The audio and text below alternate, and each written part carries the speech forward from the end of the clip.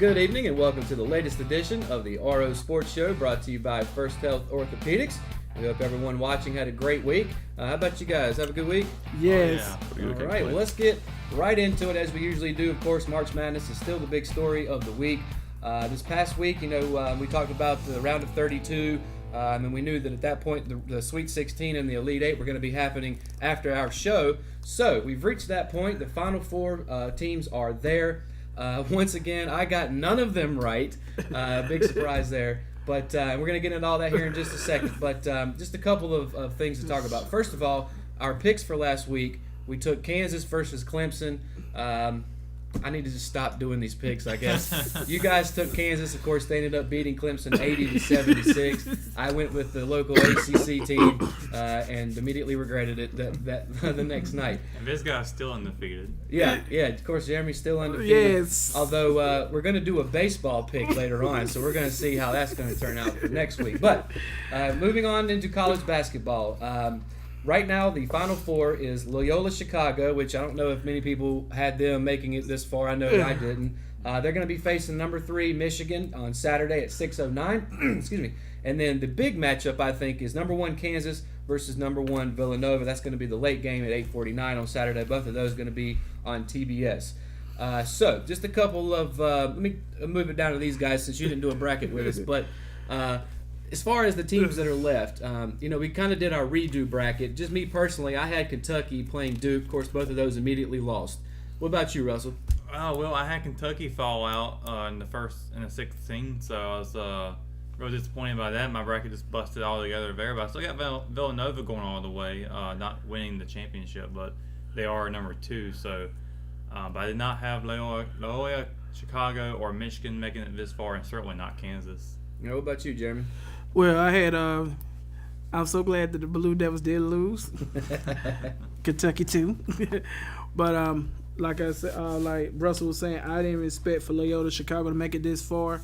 Being in a small school, kudos to them, and also I had Kansas going to the Final Four.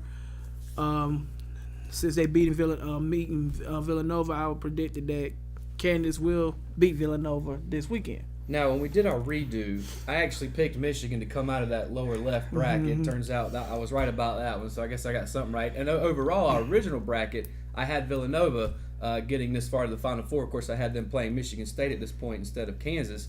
I do want to mention that the Kansas-Duke game, I don't know if you guys had a chance to watch it live. It was a great game. As you know, we probably knew it would be. Kansas ended up winning that 85-81 in overtime. Yes. It was one of those classic college basketball blue blood games that everybody loves. But now that we have the Final Four set, I'm going to start with you, Bobby. Who you got winning it all? All right, well, just to go back over the Sweet 16 and all the rest is because Duke did really well against Syracuse. They pushed Kansas to the brink. Nova's been cruising the whole time. Loyola Chicago, out of the whole tournament, was it 3 out of the last 4 games have been last-second shots, essentially. And then they had a dominant game the last time. So if I'm looking at the last 4, I wanted to go, and I was like, let's go ahead and just pick the opposite, because everyone, who would not have Villanova and Michigan in there? And I'm just going to say Kansas and go Loyola Chicago. All right. What about you, Jeremy? Who you got winning it all? Right out of this Final Four, I will pick Loyola Chicago versus Kansas. It's pretty okay. And usually I pick or usually I win.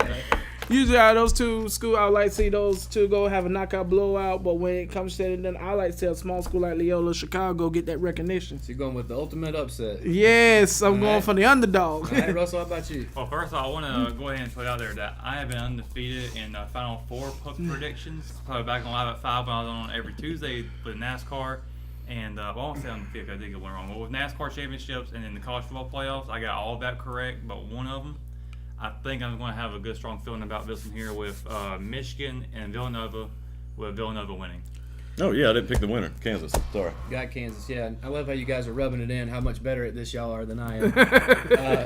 I think that the general consensus right now is that whoever wins between Kansas and Villanova is going to be the winner, simply because I think they have the most talent. But, I mean, at this point, who the heck knows? I mean, Loyola could just as well win it. I'm going to have to take Michigan over them, and I'm going to take Villanova, so Michigan, Villanova. But I want to ask you guys, Jeremy, you obviously picked the Retrievers to get in there. Or not the Retrievers, what's Loyola? I'm talking about UMBC. Anyway, you picked Loyola to get in there. Do these guys have a legit shot? What do you think, Bob? I think they do, because if you watch, or I haven't, of course I wasn't watching them in the beginning, but then they immediately start catching your eye. They have very quick players. They're good shooters, and I was more surprised about the depth, because normally when I see a team like this come through, they have a player or two that you weren't expecting that are really good, and you're like, well, there's some NBA talent there. But they have a sixth man who's coming off the bench who's scoring 11 points per game this tournament. I mean, and then they have some players that just turn around, and I believe it was the last game, it was like 23 points one of them went off for. They can make a move, and you look at their bracket and go, all right, well, in the Elite Eight, it was a 9 versus 3 and 11 versus 9, but they legitimately started to show that they deserve to be there, Michigan included. So yeah, I truly believe Loyola has a shot, and that's why I say they can pull that upset on Michigan. I mean, you can only play and beat who's in front of you. It's not their fault that Kentucky lost or the teams that were behind them. What do you think, Russell? These guys have a shot at winning a championship? Well, I think at this point, going how this whole tournament has been, I think everybody has a chance to win. I think Chicago can probably pull this one off, but it'll be very tough to do against a team like Michigan, who is, in my opinion, has shown a lot. Like, they've stepped up in this tournament, because I ain't not expecting them to really come out of the Sweet 16. I don't think they can do it against Villanova or Kansas, though. Yeah, and I mean, I think, again, that's kind of the general consensus. I saw that the percentages for who could have a chance at winning a championship, and Loyola was like 3%, Villanova was like 40, or maybe actually like 50-something, maybe 60%. Michigan and Kansas were right there in the middle, like maybe 18, 20%, something like that. So the Vegas has Nova, which I think a lot of people do too. But I mean, there's only 4 teams left. Somebody's got to win it. These guys could have just how a can you chance. pick? I mean, I picked against Nova because of the way that this tournament has been, but they've just been rolling. I mean, everyone else has had close games, and they've been rolling through like nothing's been a problem. Maybe that catches up to them, and they underestimate a team or two. Yeah, just like with Virginia and Virginia Tech and UMBC.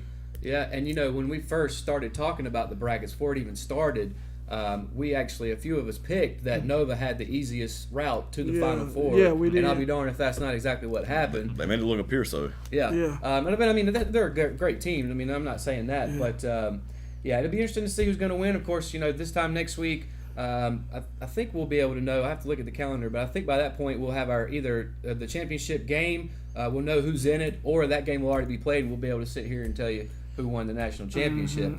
Now, just like my Tar Heels, Duke did not make it. I shouldn't have picked them. I regret it. But I wanted to take a minute and talk about Grayson Allen, who, around here obviously gets mixed feelings. A, because he's a Duke Blue Devil. B, because he's had some questionable calls that he's done during games. But there's no denying the fact that he's been a leader for the Blue Devils for the last at least 3 years. He didn't really do a whole lot as a freshman, but especially his sophomore, junior, and senior year. He's obviously been one of those All-American basketball players in college. But what do you think? Does this guy have a chance to make an impact at the next level? He'll be great in the D-League. No, seriously though, he's going to be good off the bench, and he is going to be a serviceable player. Like, if you're expecting, when I look at people coming out of the tournament or just the college in general, I look at people that dominate their team and carry their team so much so that you cannot deny their talent. And he definitely has a lot of talent and can be a really good serviceable player to come off the bench. And I do believe he can have a career. But will he carry a team? I don't think so. Not that kind of scorer or anything? Not being their number one guy. Yeah. He can be their number 3. He can be their number 4. He can go on down. But number 1 and 2, I don't know. So do you see him going in the first round or maybe falling back to the second round? He would be a first round late. Okay. Jeremy, what do you think? I believe Grayson Allen would be a perfect servable player, great role player, and pretty much a 6-man off the bench.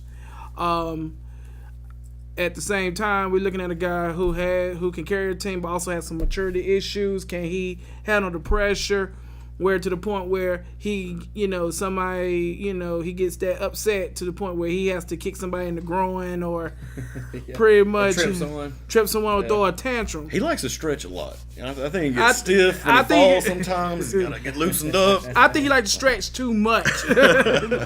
But that's gonna come and play at the combine when all that's gonna said and done. But I believe that when he goes to the next level, whoever team takes him, I can see him as a 6-man or a role player. All right, Russell, what do you think? I think he can have some success in the NBA. With as much talent there is though in the NBA, and with fewer players on those teams, he actually might be a backup in that first year. Maybe get some playing time every once in a while, but I think it's gonna take him some time to get that play time. Yeah, and obviously I'm not the biggest Grayson Allen fan. I can respect him.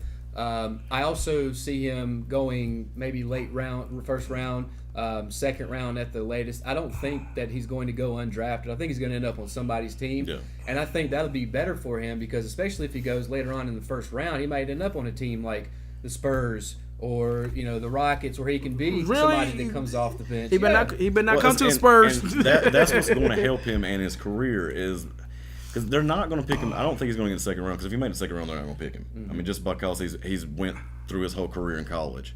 And when you look at somebody who's went through their whole career in college, they're a little bit older, you might draft somebody in the first round being 19 and go, all right, we'll keep you on the bench for a few years. He's going to have to immediately contribute.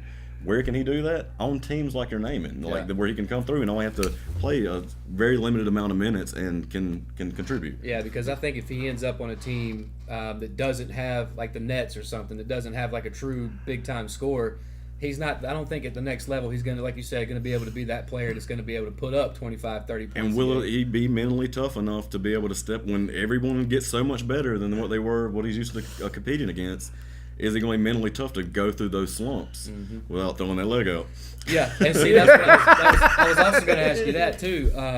Obviously he got a lot of attention put on him in his career at Duke because of some of those things. Fair and that he did. unfair. Yeah. There were, and that's what I was going to say. That hip check that he gave a couple months ago, to me, and I know it was against the Tar Heels, but Manley kind of sold that one a little bit. I didn't know that he deserved a flagrant foul on that. I can't believe I'm taking up for a Duke player. But what do you guys think? If he tries to pull something like that in the NBA, what's going to happen to him? More than likely he'll get fined, eventually leading up to suspension. But at the same point in time, that whoever team drafts him, that they got to take the necessary precaution because maturity comes into play, and then make sure he throws no tip attempts when the game is on the line or tensions comes up, pressures comes up, where to the point where he might throw some tantrums where he want to get his way, and then you can hurt this veteran's career or put an injury on him that it can pretty much can last him for a day or weeks or months. Now, Russell, what do you think? Do NBA players pay attention to this? Do they know his reputation? Do you think that'll come into play if he moves up? I think you need to have that maturity when you go up there, and if you don't have that, you're going to get hurt for it. Figuratively, literally, you can get hurt as well as hurting somebody else. And I don't think it's going to be healthy to have somebody in the NBA who's going to pull off some dirty moves. Yeah, and maybe it's just me, but it seems like there's been an awful lot of fights in NBA games this year. I don't know if that's an uptick or maybe I just haven't been paying that much attention. But that's for things that are less than tripping somebody, just talking smack to somebody or pushing them or something. Grayson Allen won't last a second if he tries to pull some of those stunts that he's been known for, right? It's coming from a different place from a lot of other players that are there, too. There's attention already on him because of his college career. Every little thing is going to be noticed that other players would get away with. And I'm sure, is smart enough to be aware of that. So if he's going to continue anything like that, that would just be ignorant on his part. And I just don't think he's that way. You know what I'm saying? Unless there's something just corely built inside of him. Right. I think he'll be smart enough to clean that up. And with the NBA, you got you always got to play the same players again and again. They're going to catch on to those patterns very quickly. Whereas in college, you play as one team, you might not see that team for another year or two. So I think he's going to have a hard time putting that up there and making those type of moves. Yeah. Well, we'll have to wait and see. Now that his Duke Blue Devil career is over, we'll have to. Hopefully, he'll end up on the Spurs. We'll see what Jeremy has to say about that. Okay, really, the Spurs, really. If he comes, I'm gonna put this out on notice right now in front of everybody. If he comes to the Spurs, I will retire my Spurs jersey. Greg Pop, you can have it. No, I was going to say that it won't. Well, actually, that brings up a question. I was going to go to break, but he could end up on the Hornets, right? Do you think he'd be okay with the Charlotte Hornets? I mean, would he fit into that system? I mean, the way the Hornets are right now in the way they're strapped, he could pull in as coming in for Batum or something like that. But where he is located, I just don't think they'd get him. If they did, it'd probably be in the second round. Yeah. But I mean, I don't know.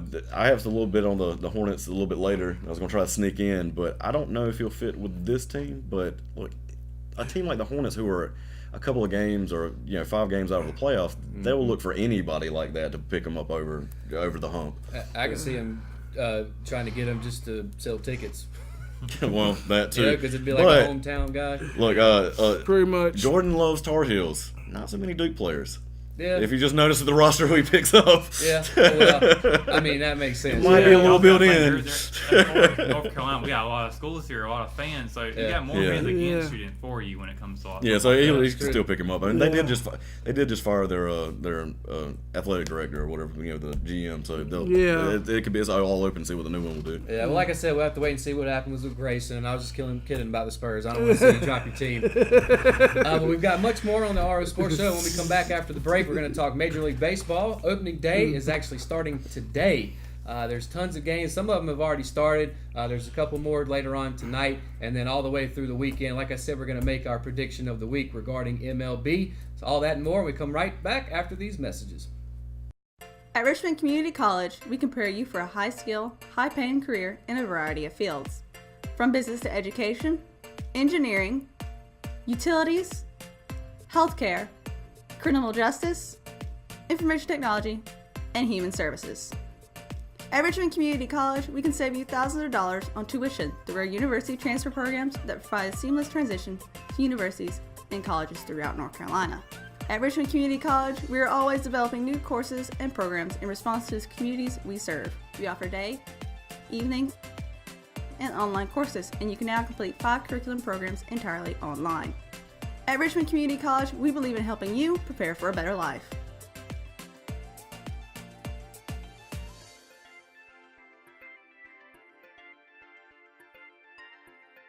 Richmond Community College. Local college, big impact. Exit Realty Platinum in Rockingham has listed one of the most beautiful homes in Richmond County. Located in Rockingham on Ledbetter Lake, the home features 4 bedrooms with bamboo floors and a kitchen featuring stainless steel appliances and granite countertops, and a master bedroom that overlooks Ledbetter Lake, along with a spacious tile shower and the attached master bathroom. The open living space leads to the back deck with a perfect view of Ledbetter Lake, and the property features its own boat dock. Want to see this beautiful home? Call Nicole Hayden with Exit Realty Platinum, your source for homes in Richmond and Moore counties. And welcome back to the RO Sports Show, brought to you by First Health Orthopedics. Now, as I mentioned before the break, guys, we want to talk some Major League Baseball. Opening day has started today. It's actually ongoing as we speak, and of course, it's going to be going on from now until October. So we're going to have plenty to talk about between now and the fall and all throughout summer. Of course, just like our college brackets, our picks that we're getting ready to make will probably be all wrong by, April the 3rd. But mentioning taking some picks here, yeah. Well, myself anyway. I don't know about you guys. I'm making a habit of doing poorly at this.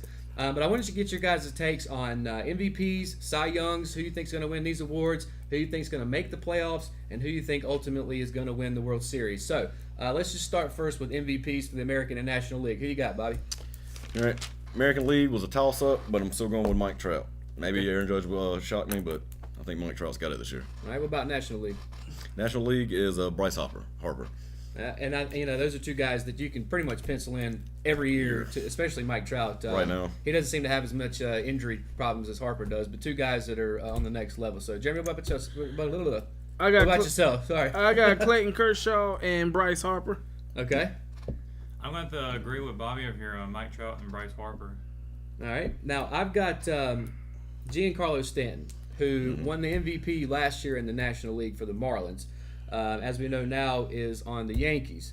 So he and Judge together, and we're going to talk about that here in just a minute, but I think this is like going to be the new age Bash Brothers, where these guys are going to be knocking it all the way out of Yankee Stadium. So I can see Stanton flipping leagues and then end up being the MVP for next year. Now in the National League, initially I was going to take Harper, but that's a popular pick. So I'm going to take the guy that Vegas actually has favored to win it, and that's Chris Bryant, the third baseman from the Chicago Cubs. A guy that is still really young, but really, really good, and I can see him, being the MVP this year. Now, MVP on the pitcher side, so Cy Youngs. Who you got for each league in that? For the AL, I got Chris Sale, Okay. solid pitcher, and of course in the the NL. Clayton Kershaw, can't really bet against him at the moment. Absolutely, yeah. Jeremy? I got Max Scherzer Yeah, that's right. and Corey Kluber. All right. Good old baseball names. I've got Clayton Kershaw to win it. All right. Yeah, I've got Kershaw too. The guy's 30 years old, but he's already a Hall of Famer. I mean, there's no denying that. This guy is in my opinion, the best pitcher in the league and has been for quite a few years. And I don't know if guys expected him to last this long. First of all, he's a left-hander. Second of all, he's got this really funky delivery that doesn't seem to usually work well as far as health-wise. Chris Sale, another guy just like that, a big, tall, lanky left-hander. He's got a funky delivery, but is another guy that's an incredible pitcher. And then I've also got Corey Kluber from the Indians as winning the Cy Young in the American League. Now that we got the awards out of the way, we're going to do the picks for who we think is going to be making the playoffs. So let's start with the American League. Who's your teams to get in this year? The American League is looking pretty much like last year, except for the Red Sox. I think the AL East, the Yankees are a young team. They're coming up. They made the wild card last year. They seem to be a team to beat coming out of all of the AL. The Indians out of the AL Central and the Astros out of the AL West. All right, and who's your wild cards? The wild card, I did kind of roll wild on this one. The Red Sox would be the safe pick, but I said, you know what, let's see if the Royals can get in and do it too. All right, now let's move to the National League. Who you got there? The National League would be exactly pretty much what it was last year. Nationals NL East, Cubs NL Central, and Dodgers NL West, and I think they're favorites to make it to the World Series, and that's why I was like, I couldn't pick against them winning their division. Right. As far as the wild card, the Diamondbacks, and the Cardinals. Okay. All right, Jeremy, who's your picks? For playoffs, because I really don't be with the AL and the National Ls. For the ALs, I'm taking the picks of help me out here. I'll pick a lot with pretty much with Chicago Cubs, St. Louis Cardinals, the Cleveland Indians, Seattle Mariners to get in, and also pretty much with the Boston Red Sox and the Atlanta Braves. Are you gonna take the Braves? Yeah, the Braves. I think. Hey, I hope that you're right on that one. Right. Man. The Braves. The Braves, and also looking at the. My brother's a fan of this team. He can't. Texas Rangers Okay. and the Washington Nationals. All right. Russell, who you got? For the American League, I think I'm going to take the Yankees. I think it's hard not to go with them. And also the Astros, who were last year's guys. And I'd probably take the Detroit Tigers to fill that one out. Nationals, I can't really go with the Washington Nationals on that one. I also think the Braves on the East, just because I'm a big fan of the Braves. Probably want to take the Brewers and then the Dodgers. And then the wild cards from the American would be probably the Rays and the Royals. And then for National, I'd probably go with the Phillies and the Pirates. So you got some upset picks there. As far as the American League, I'm with you guys. I'm taking the Yankees. I think this is their year. They, like you said, they had a good year last year. A lot of those younger guys came up and produced for them. In the Central, I'm going to take Cleveland. In the West, I'm going to take Houston. So basically, I think that's kind of a consensus across baseball right now, is that those are the top teams there. For my wild cards, I'm going to go with Boston Red Sox and the LA Angels. I got the Angels getting in. Mike Trout can carry a team Right. to the promised land. If he's gonna have some help with the Angels out in the outfield. That's what Danny Glover told me. Sure did. In the National League, I've got the Nationals in the East. I've got the Cubs in the Central, the Dodgers in the West. Same teams we had this past year. I've also got the Diamondbacks. Now you have the Cardinals. I've got the Mets being the second wild card, simply because of that rotation that they have. If and it's a big if, they can stay healthy, that rotation could take them all the way to the World Series possibly. Now, that with being said, who you got for your World Series winner? All right, this one I came down to 6 teams. Circled the 2 I wanted it to be, but I guess I'm gonna go with because the Yankees look like a really good pick. That's who Vegas has this year, and they're young and they're coming through. But then you look at the Nationals, then you got the Dodgers. But yeah, I'm gonna go with the ones up circled. I'm gonna go with the Cubs versus the Cleveland Indians. You got the Cubs winning? I got Cleveland. Got Cleveland. Okay. Well, they're The, due Cubs, for, the Cubs are the better team, but Yeah. I got a spot for the Cleveland Indians. Well, the Indians are due for a World Series They're victory due for after they were being so there. close just 2 years Just ago to against making it, Chicago. How about you guys? Who you got winning the World Series?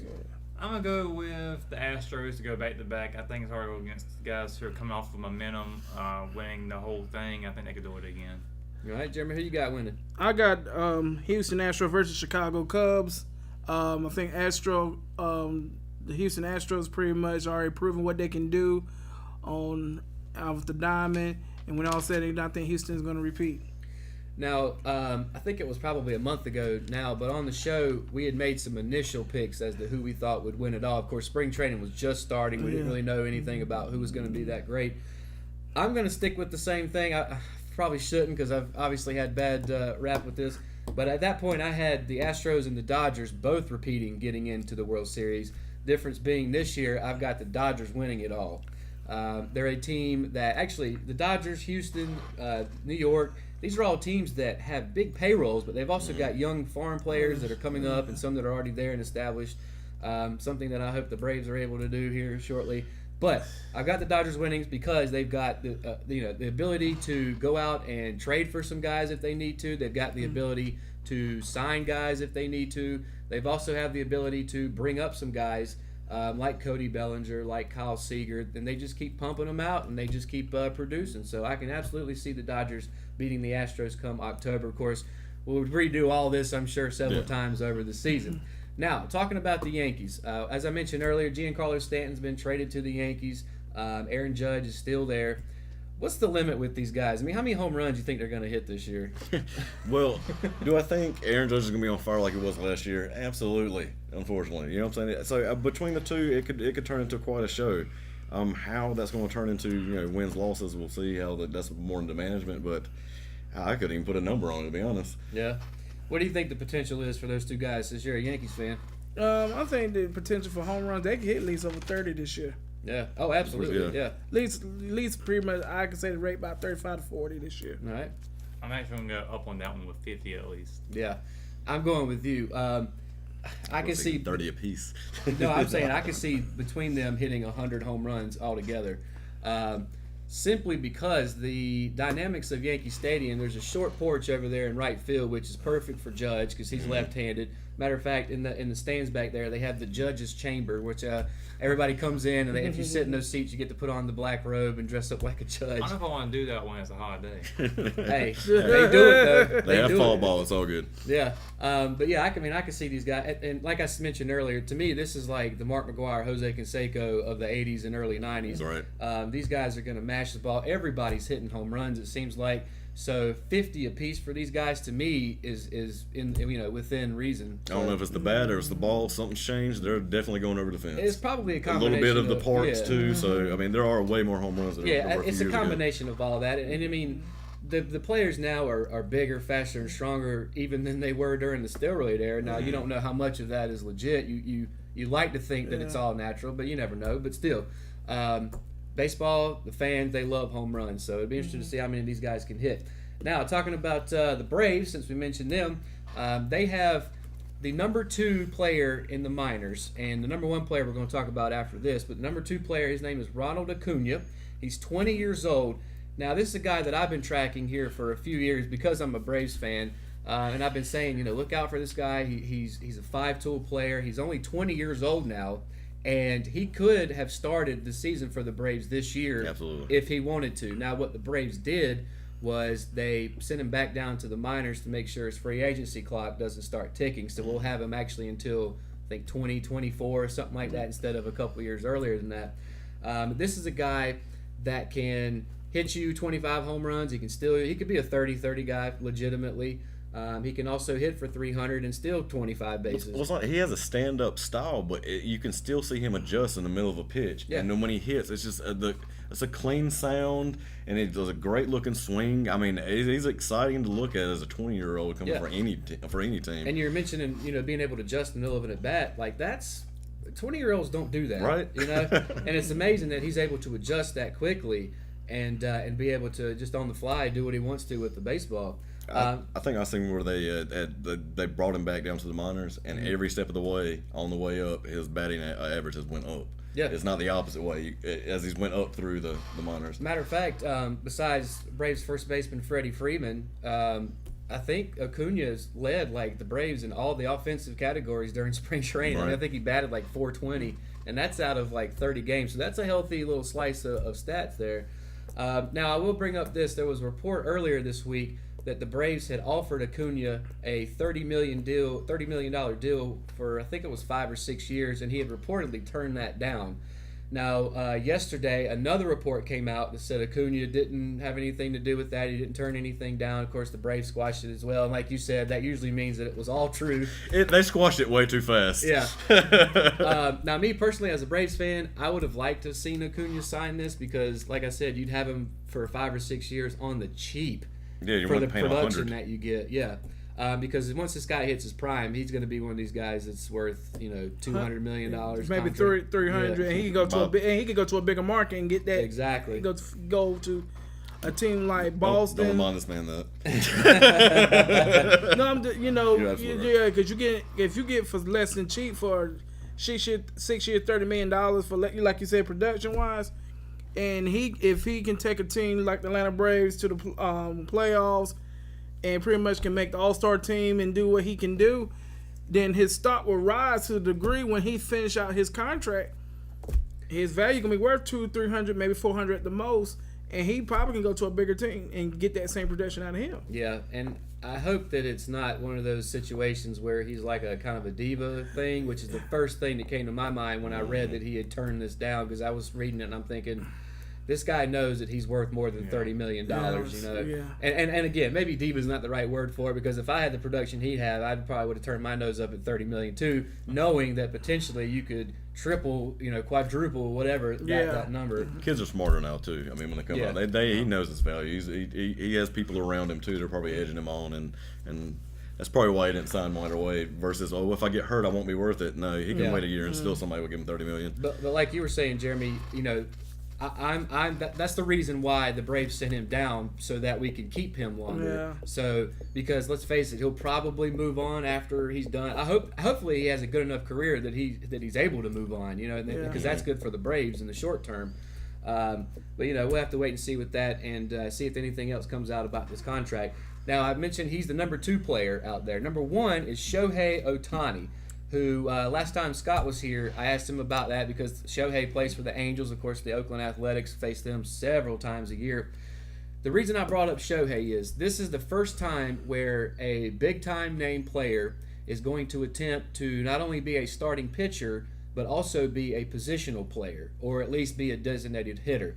Yeah. Is this something that's feasible in the major leagues? I mean, what do you think? I don't see why they don't allow pitchers to bat anyway. They should have them batting. If they're on the field, they need to be batting as well. Yeah, That's the NL thing. Yeah. Yeah, I agree the same with Russell. Just think, They're a part of the team. They need to Yeah. contribute to the hits just as much as they throw throwing the ball, try to strike people out or whatever. Well, I've always wanted to ask Scott this. At some point, I'll try to. But a lot of these guys, the pitchers that are in the major leagues, when they're in college, they're in the field. A lot of them are shortstops or third, whatever it is, whatever position it is. And then as soon as they go to a minor league team, they just completely stop batting. They just focus solely on being a pitcher. And I've always wondered why that is. Of course, the major leagues are so tough, and it's so tough to get there that you kind of have to put all your concentration into either hitting or into pitching. And that's what makes it so difficult. But this is the first player that's come into the majors that has a legit shot at being a two-way player. Me personally, I don't think it's going to work.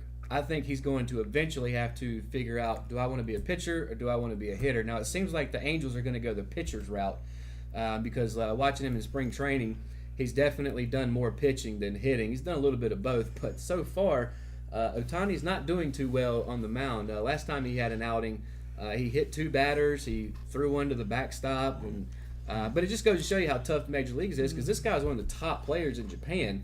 And then you come over here, and it's like a whole nother world. So, Well, I think he pitched 25 innings last year. So Yeah. that's when he was doing both sides. And you come over to another country, You got to deal with another culture, the big move. You got to get used to being them. Of course, he's going to struggle. Big they market. they might pull him down to AAA for a little bit because he is struggling so bad now, and then that'll give him a better feel of whether he can do both or not.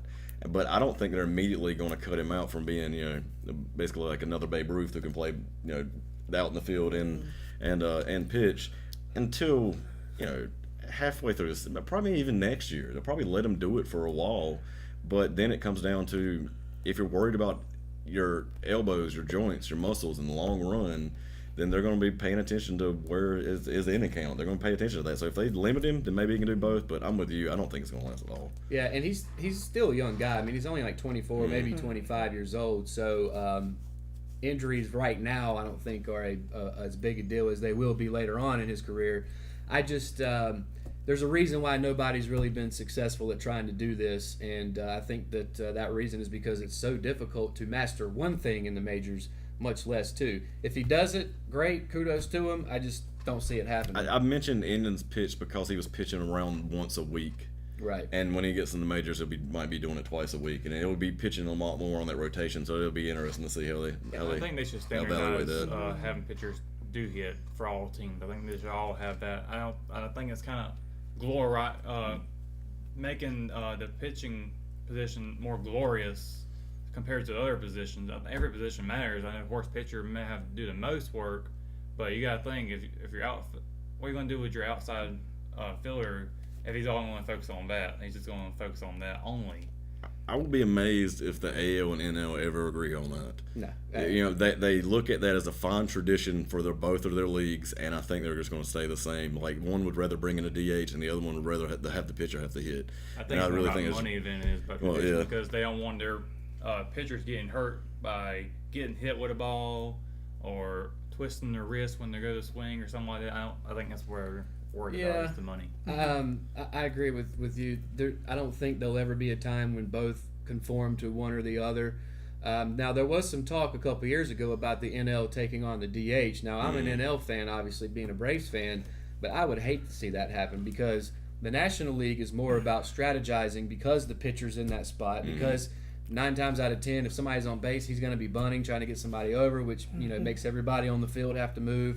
Whereas with the American League, it's just one other guy that's up there that can hit 20 home runs. Well, and that's why I'm the opposite on that. And that's another fine example of why it'll never come to fruition, whether it be league wide, is because I'm thinking, well, all right, you can save your pitcher, you can save him some face, you have other players on the team, put your best hitter for there when you're making your lineup. Right. But if they're forced to go, I mean, it just really depends on preference, and the league has both leagues have long traditions that I think are pretty much set in stone. Yeah. Well, like I said, the season starts today, so we'll have to wait and see how all the teams we picked will be faring in the first month. Now, like we do every week, we like to do a sports prediction. We're going to include you on this one, Bobby. Going to do baseball this week. So on Sunday Night Baseball, it's the first one of the year on ESPN. The San Francisco Giants are playing the LA Dodgers, which is always a big rivalry, especially in baseball. Who you got, Dodgers or Giants? Great game. Going for Dodgers. All right. The Dodgers. Dodgers? I'm going to go with Dodgers. Well, dang it. I was going to take the Dodgers, too. All right, well, you know So what? switch it up. I'll take the Giants, then. I'm going to take the San Francisco Giants. I kind of hope you're right, so he can find That's what this has turned into. It's like, I don't even believe what I say. As long as we can get Jeremy off of that undefeated streak. So we got 3 Dodger picks and 1 Giants pick. So we'll have to wait and see next week how that turned out. We've got much more coming back from the RO Sports Show. We're going to do just a plethora of sports topics. And then after that, of course, we're going to do our big impacts of the week and our Hate It or Love It segment. All that and more when we come right back. McNair Auto Sales is the place to buy your pre-owned car, truck, or van. To be the best, it takes big selection, friendly staff, and great pricing. We guarantee a no-hassle buying experience, and financing is available right on site. So come see us today. We're located at 1026 East Broad Avenue in Rockingham. And remember, with over 40 years of experience, you know McNair is the name you can trust. Family Pharmacy is a local pharmacy that's been in business in Rockingham for over 10 years. Located in the Food Lion Shopping Center on US 1 North, we have easy access into the store and a drive-thru for your convenience as well. You can download the official Family Pharmacy app at myfamilypharmacy.com, and we'll help you set it up to text you when your prescription is ready, and you can even set it up to fill your prescriptions when due. Our motto is we'll treat you like family, and it's something we truly mean. We take the same care in filling your prescription that we would take for our own family. Family Pharmacy. We'll treat you like family. And welcome back to the RO Sports Show, brought to you by First Health Orthopedics. Now, we're going to start kind of a little new segment since we've got a lot of different topics to talk about this week, and we're going to call this the ROSS Quick Takes. So, the RO Sports Show Quick Takes here. Now, first to start off, Russell, what's going on in NASCAR this week? Well, Martinsville Speedway was hit with a snowstorm over the weekend. They had to delay the race, or they postponed it until Monday. So they raced two races on Monday, the Truck Series and then the Cup Series. And Clint Boyer dominated that race out of 500 laps. He had 215 of them and won the race. First time back in victory lane in a few years, actually. So he had a really good day. Kyle Busch was running pretty good too, as well as Ryan Blaney. But Clint Boyer was the one who got down into it and won a huge grandfather clock, which is one of the coolest prizes in NASCAR, is to win a grandfather clock at the race. They give that away every year? Every Martinsville race, they do it for the truck, Xfinity, actually any race they hold out there, they always give out a grandfather clock. A grandfather clock? That stuff still Now, exists.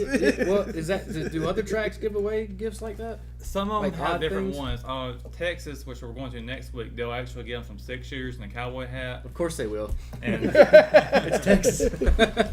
and there's a lot of different tracks that do that type of tradition. Of course, if you look at the Indy 500, they'll have milk for that one, I think. So Right, yeah, that's a staple there. yeah. All right, where we going after this? We were going to Texas Motor Speedway.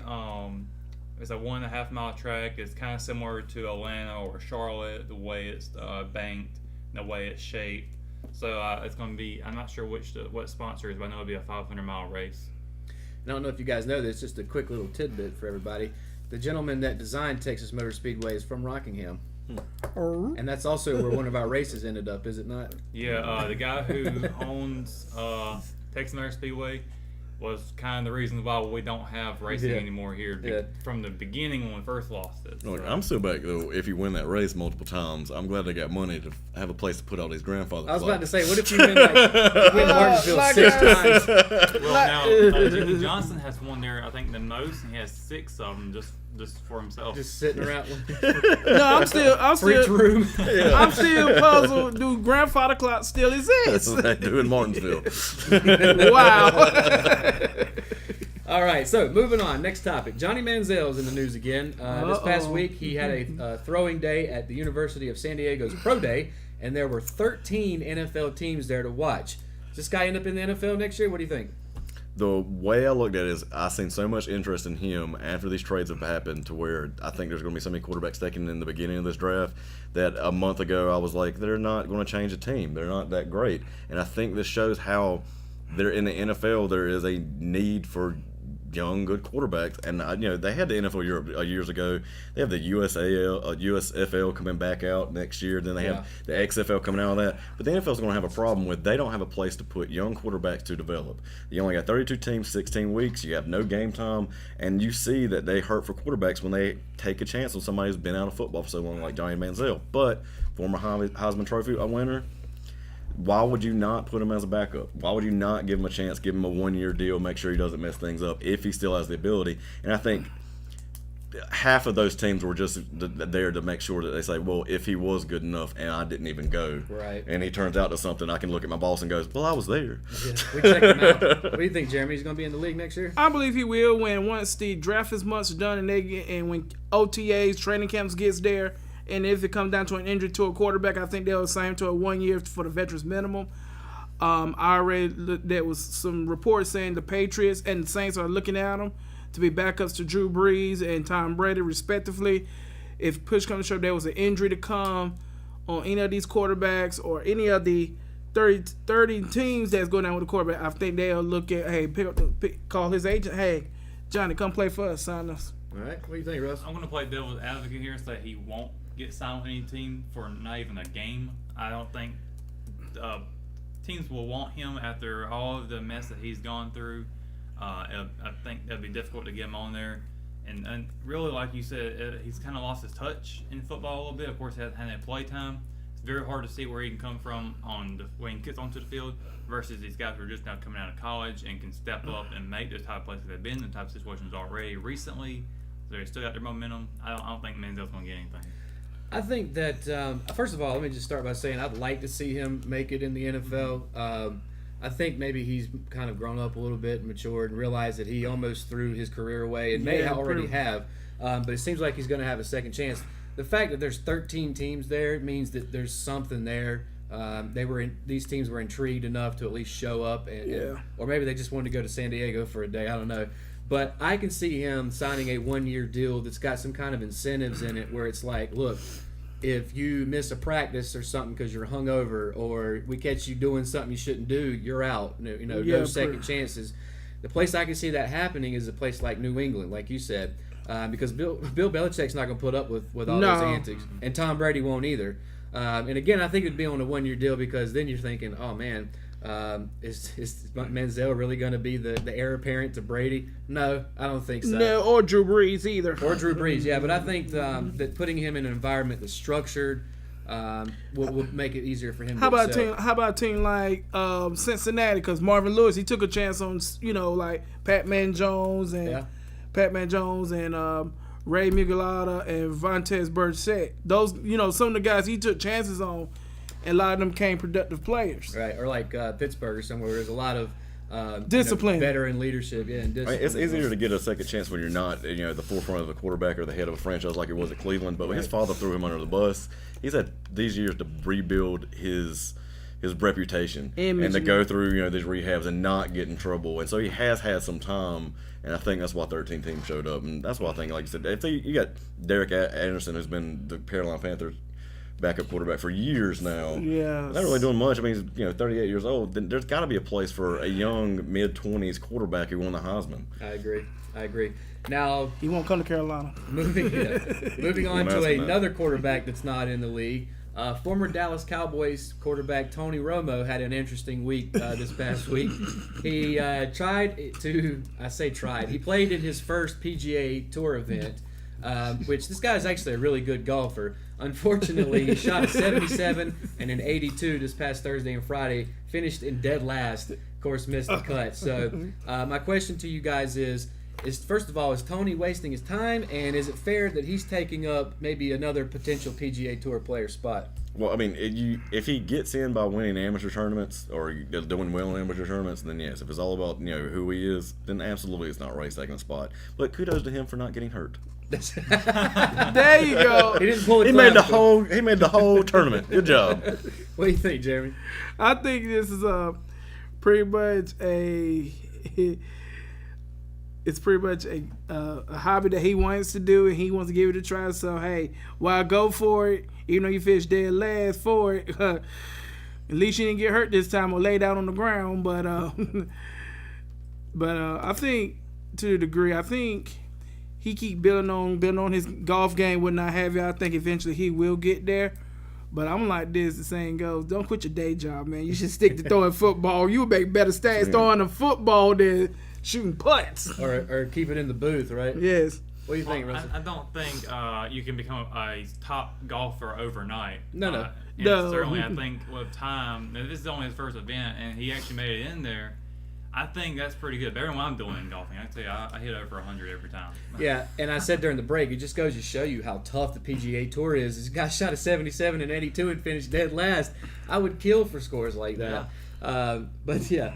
Hopefully he'll have some more success. I mean, I'm not a Cowboys fan, but I'm not either. It's not like the guy's that terrible. As I mentioned, he's a scratch golfer. He's tried out for a couple of U.S. Opens. Obviously, he didn't make it, but I could definitely see a scenario like you said where he makes it in that way, and I don't see him winning any titles or putting on any as long as he jacket or makes it in legit by winning amateur tournaments, because like you said, to being on the tour, you can be in last and make a good living. So there will be good golfers out there that won't be making it because he's there, and I would prefer it be because of his golfing. Yeah.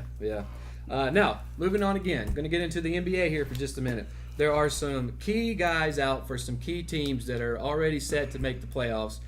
John Wall from the Wizards has an injury that's going to keep him out for a little bit.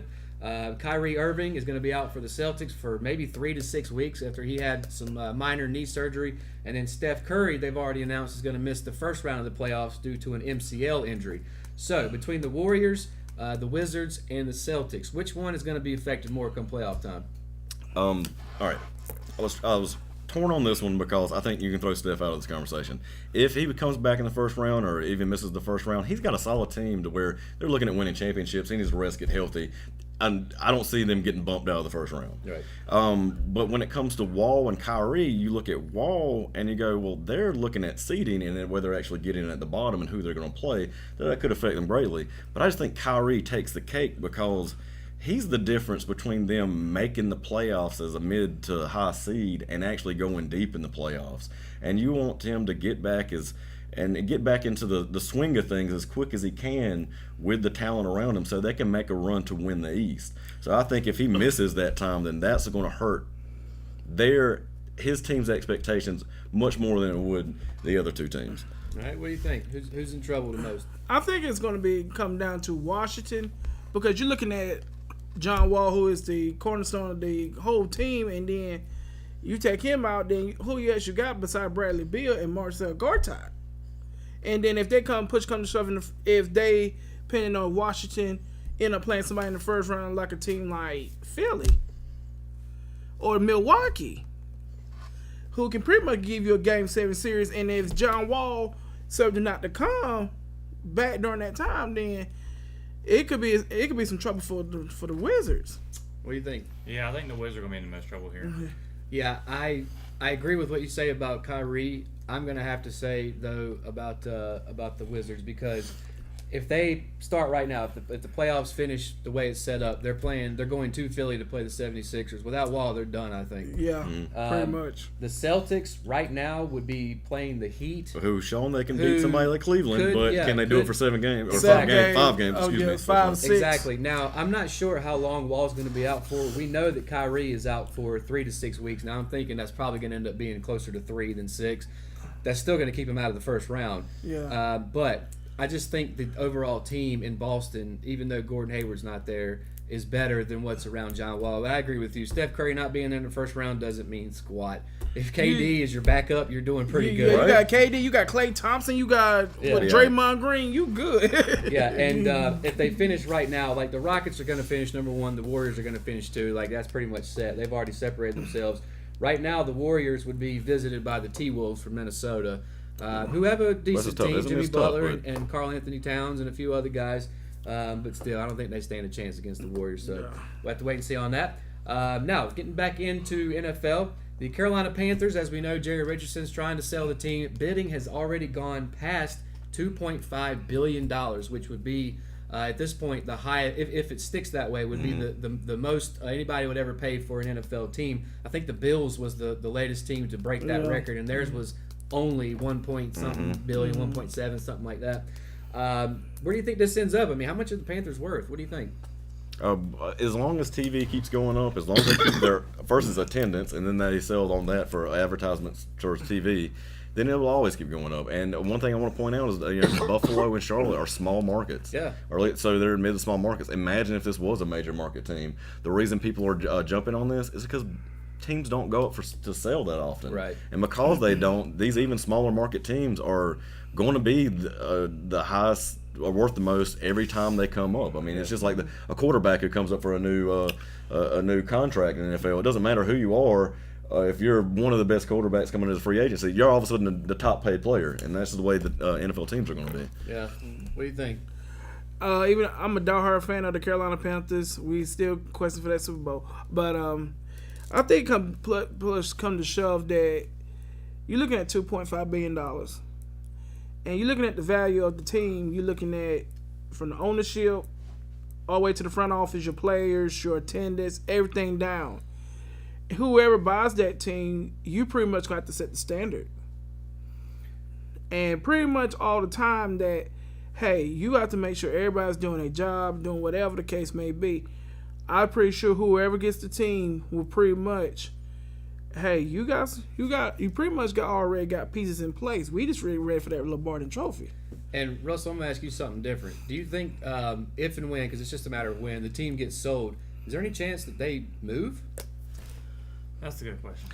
Because I would hope that doesn't happen, because that would hurt Charlotte and the Carolinas as a whole. I don't think they'll move. I think they don't want to. Whoever's going to buy this team, obviously with it keep going, the price continue up. That shows a lot of potential there. But with them continuing to spend that money, more money keeps going up. They're probably not going to want to move because they have to find their stadium. They have to pay to be there, and all. It'd be too much for them to handle. Unless, of course, some billionaire gets it. Of course, but some other things that a lot of people don't realize. Now you have the Charlotte City Councils. You having politicians getting involved in this as well, because you're looking at even with the General Assembly and everything. Because you're pretty much sure all of them. You got some few of them are diehard Panther fans. And see, they will try to do everything in their power not to get things moved away from that Charlotte. would hurt their economy. That would hurt their economy. But I know in the next few years, they pretty much want to build a stadium where they could pretty much want to host a Super Bowl or do other things. Yeah, and I think that the stadium is the biggest deal of it. Yeah. Because, you mentioned if a team was going to move, they'd have to find a new stadium.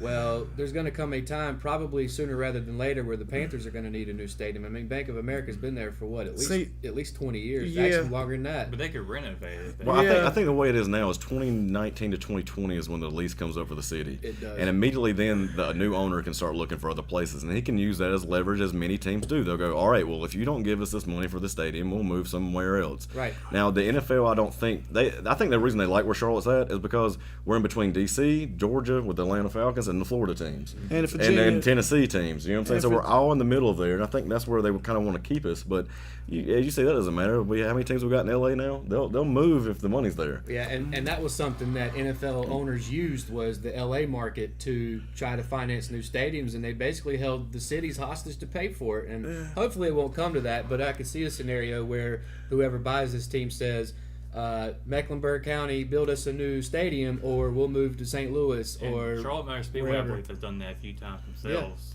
Same exact thing. And again, you're talking billions of dollars. So again, we have to wait and see. Charlotte lost Google. They're not going to want to lose the Panthers.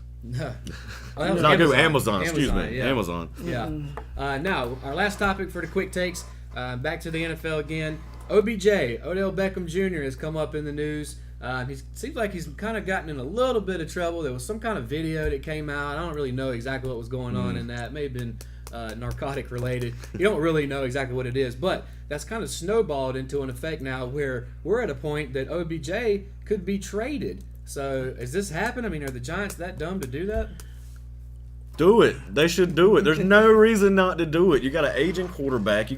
There's a reason they got the second pick. They're not that great. You can point at little pieces and go, well, there's good spots. They've gotten rid of other pieces and places. They need to get younger, and if they could get a couple first rounders or a couple picks for them, do it. But they're not going to, because they're not going to get what they're going to ask for, and he's going to be a Giant next year and the year afterwards. A little bit with Odell Beckham with the trade rumors. I was reading reports on ESPN on yesterday. It could be 5 teams that was on the market for him, and one of those teams was my Panthers. But you asking for 2 first-round picks to get this man? No, That's a high price to pay. Yeah, high price to pay to get him a guy who pretty much on the field he's a monster. Yeah. But off the field he got some kind of maturity issues that he needs to grow up and get stuff together on. But when it could push come to shove, like my man said, you got an aging quarterback in Eli Manning. You already got the pieces in place where you can pretty much make a playoff run. And why would you trade away your best offensive player? Why? If you got something good going, go for it. But I don't see Odell Beckham going anywhere next year besides in this Giants uniform. All right, what you think, Russell? I don't think he's going away from the Giants either. I think they want to keep him there for the younger players that they do bring in, kind of like that veteran uphold. I don't know how good his history is with other younger players, but I think he could probably be there to guide them in a way to help the Giants to get better. Yeah, because you already got Brandon Marsh on one side, Odell Beckham on the other, and you got Sterling Shepard, and then you already got Evan Ingram at the tight end position. So pretty much your offensive set, the only thing you missing is a piece, is a running back.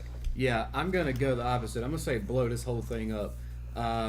One thing that nobody's mentioned is that Odell Beckham's contract is up after this year, his rookie contract. Oh, yeah. Which means he's already come out and said he wants to be the highest paid wide receiver. You can make a case for that. Sure. Yeah. That's going to cost a lot of money, though. Yeah, you're looking at. He wanted to be looking at want to be paid $18 to $20 million a season. If I'm them, I don't necessarily think that they're going to get 2 first-round picks. If they do, that's great, and they've tricked some team into doing that. But even if you get like a first-rounder this year, maybe a first-rounder next year or year after that, Absolutely. I would pull that trigger because, I mean, let's face it, OBJ, like he's kind of a diva. He's got that wide receiver diva thing going on where if he doesn't get his way, he goes over there and he like kicks the thing the kicker's kicking to, and it Kicking hit coolers it back in the face. But Eli is done, and if I were them, I would take the number 2 pick this year. I would trade Beckham. I would try to get another number 1 pick, at least for this year, and put a quarterback in there. Go out and get Saquon Barkley at the 2 spot or something, and start rebuilding the New York Giants because you mentioned some good players, but Brandon Marshall's not a spring chicken. No, because he's aging his way. He's about 32, 33 at the most. Probably get another 1 good 2 years left in him. Yeah. And you got Sterling Shepard, who's already proved to be a solid number 2, who pretty much produced about 600 to 800 yards a season. Well, receivers always kind of scare me anyway because you remember when they got OBJ, they had Victor Cruz, and Victor Cruz looked like he was going to be the head guy for a long time. Yeah, sure. And then as soon as he gets hurt, and now he's not even with the Giants anymore. So No, I mean, 'cause if you can get 2 picks, or go ahead and trade him. I mean, he's got the value. I would like to see Carolina pick up Odell Beckham and get Cam Newton a deep threat. You know what? I hope y'all do pick him up. You do if we do. Hey, if I do, whoever the owner of the Carolina Panthers is, if you get Odell Beckham, I'll come to a Panther game just to get his autograph. Yeah, Odell Beckham. That would really make Norman mad, by the way, Washington. Get rid of him, get OBJ. That'll be full circle. It would be. But that's going to do it for the quick takes. We're going to take one more quick commercial break. We're going to come back with the big impact of the week brought to you by Richmond Community College. And, of course, love it or hate it. All that right after these messages. Willow Tree Antiques and Gifts is all about rustic home decor and gifts. You will always find a variety of unique antiques, vintage, and new items in our shop. Come and see our selection of housewarming, new baby, and wedding gifts. For the man in your life, we have many collectibles, Boker knives, and leather. And ladies love the jewelry, purses, candles, hats, and t-shirts. We also offer a 30-day layaway program. Come and experience shopping at Willow Tree Antiques and Gifts.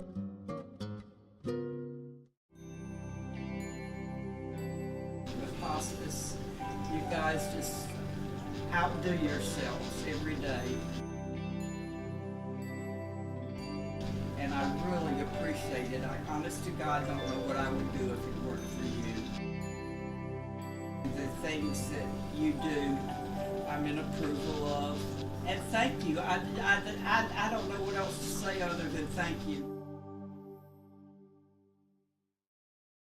Rockingham Farm Supply, at the corner of Highway 220 and Green Street in Rockingham, will have their annual Customer Appreciation Day, March 23rd and 24th. Some great food and great company. Come on down. Check out the Bobcats. They are an authorized dealer for Bobcat zero-turn mowers.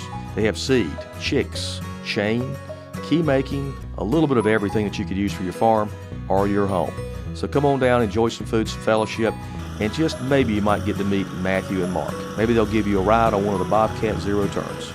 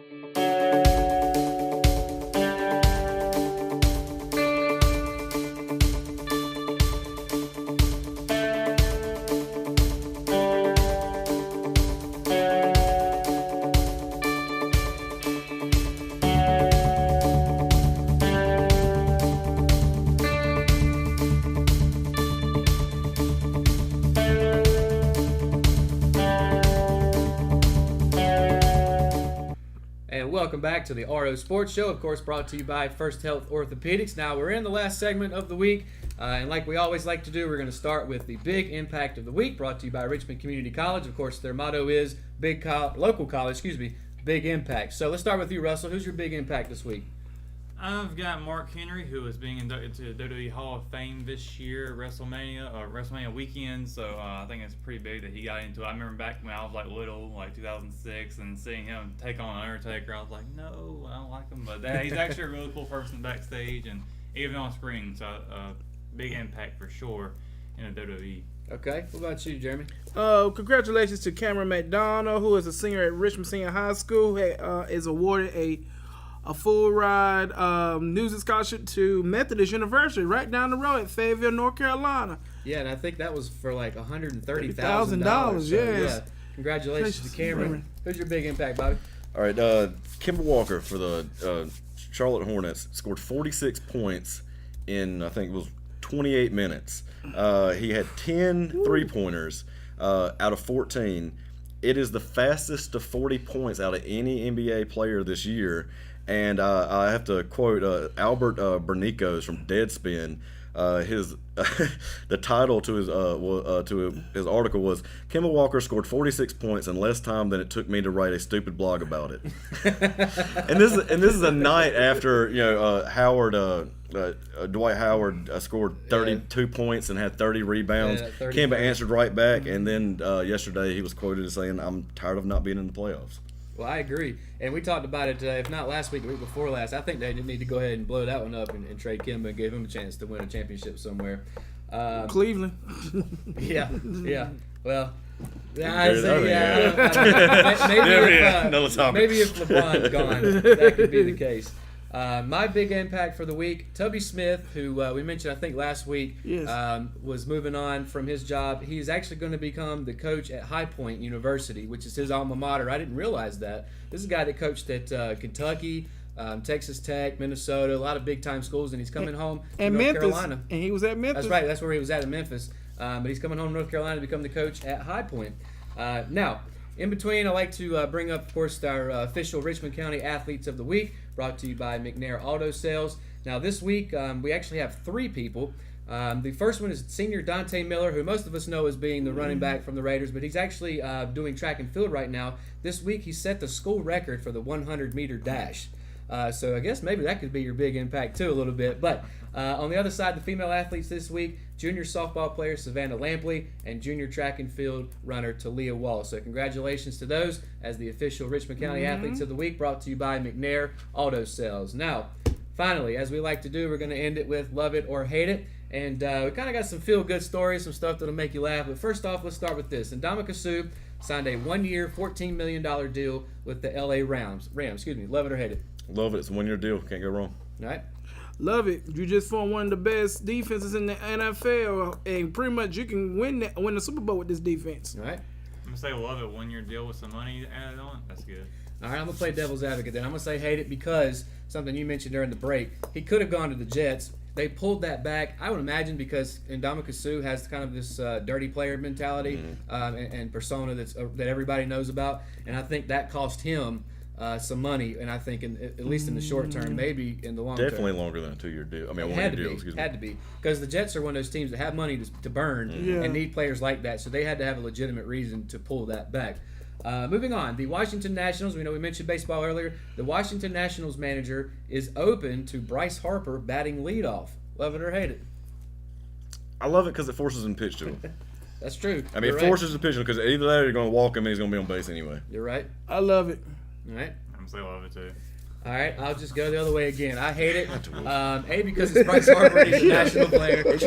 But to me, typically in baseball, your leadoff hitter is a guy that can get on base and has some speed, can steal some bases. Harper's not necessarily that guy. He's more of a 3-hole or a cleanup guy that's going to get you, like we mentioned earlier, 30 home runs, somewhere along those lines. That's the only reason why I hate it, just because I think he's more of a cleanup guy. It does go against the norm. Yeah, it does.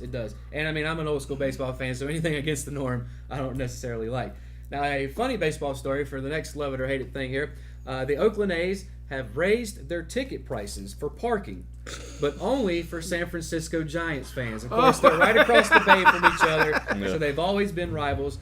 The way it goes is, if you come to a Oakland A's Giants game and you're a Giants fan, you have to pay $50 to get a parking ticket, Or you can pull up and say, "Go A's," and they'll knock off $20. So love it or hate it. I love it because of how many people out there are going to, with their pride, just pay that extra money for that parking to not say it.